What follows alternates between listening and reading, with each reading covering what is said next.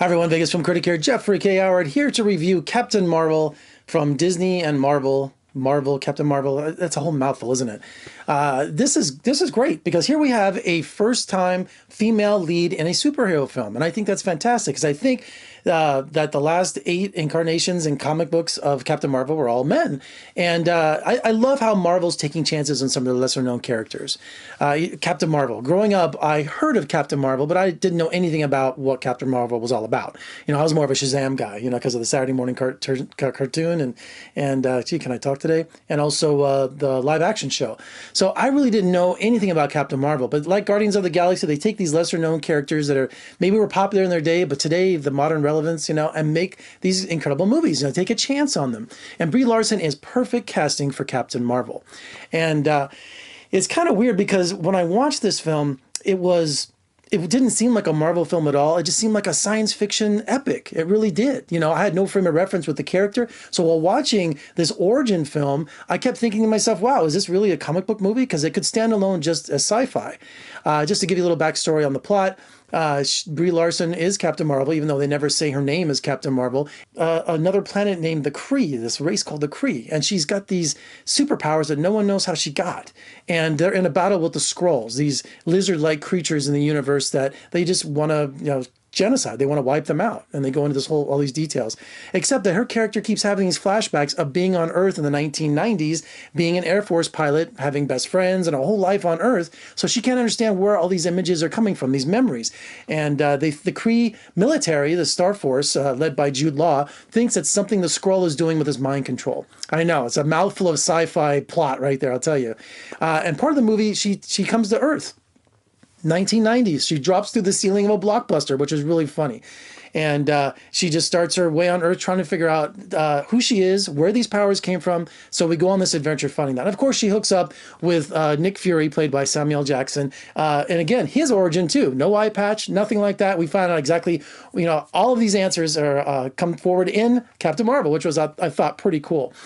So it's got great action. It's got great special effects. Man, when she does those powers, you don't want to mess with her. But I have to admit, the first hour of the movie, I was really kind of confused because they kept going back and forth with her memory loss and these flashbacks. So after a while, that kind of got a little grating on my nerves. I was like, come on, let's move past these flashbacks. Now, playing the villain in the film is Brian Mendelsohn, who plays one of the Skrulls, and he has a kind of a secret mission. So there's times when he's a bad guy, and there's times when he's a good guy. Usually he kind of annoys me in movies, but I thought he was really good in this because the Skrull can take on shapeshifting. They can look at you and kind of copy you. So at one point when he's the Skrull, he's using his Australian accent, and when he's playing an American, he uses his own voice with an American accent. So that was pretty cool.